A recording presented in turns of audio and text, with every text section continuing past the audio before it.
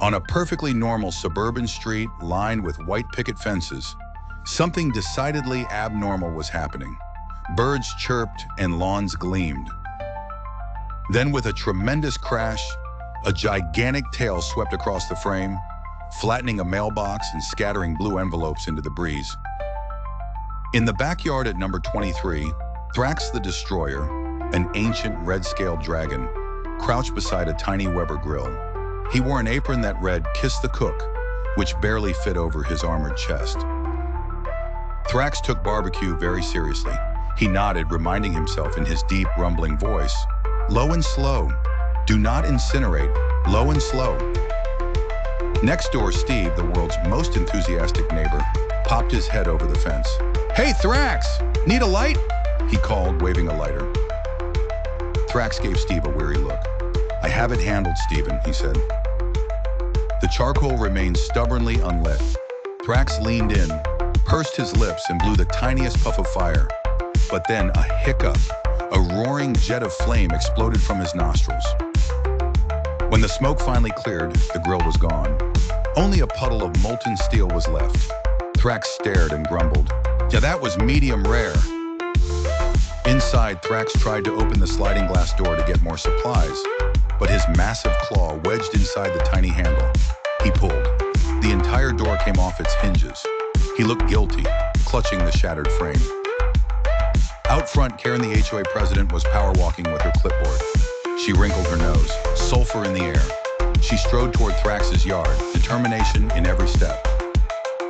Guests began to arrive, nervously gathering in lawn chairs as far away as possible from the dragon chef. They smiled politely, afraid to leave, or be roasted.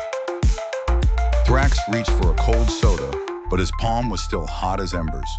The can exploded with a pop, spraying fizzy droplets everywhere. He forced a nervous laugh. "Refreshing." Determined to salvage the party, Thrax used tiny plastic tongs to pick up a potato chip, but the tongs shattered instantly. He squeezed by accident. Crush! The entire bowl of chips turned to dust. In the kids' corner, a little girl tugged his tail. "Are you a dinosaur?" she asked with wide eyes. Thrax bristled, smoky tendrils curling from his nostrils. "I am an elder worm child. I hold the wisdom of Eros." The girl grinned.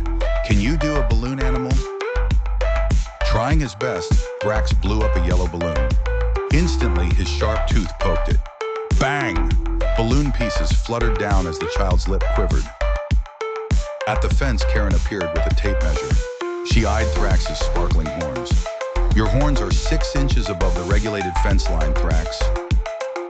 He crouched, knees cracking like thunder. "Better, Karen?" Steve soon arrived with a brand new grill. "Round 2, big guy. Burgers are raw." Thrax eyed the meat. His stomach rumbled so loud it sounded like a subway train. Overhead, a flock of geese sailed by. Suddenly, Thrax's pupils became slits. He tensed, the hunter's instinct taking over. Steve quickly sprayed him with the garden hose. "No, leave the geese! Bad Thrax!" Dripping, Thrax shook his wings and muttered, "Apologies, old habits." This time, determined to get it right, Thrax took a burger patty in his mighty hand. He concentrated, heating his palm until it glowed red. The burger sizzled and cooked perfectly in his grip. The guests watched, amazed. Thrax was a living George Foreman grill. He served the burgers. Everyone took a hesitant bite. Then their faces lit up. Steve grinned. "Best char I've ever had." At the end of the party, Thrax smiled, a single tooth sparkling like a diamond. He was so happy he wagged his tail, sending the brand new grill shooting into the sky like a rocket. Thrax shrugged sheepishly. "I will pay for that."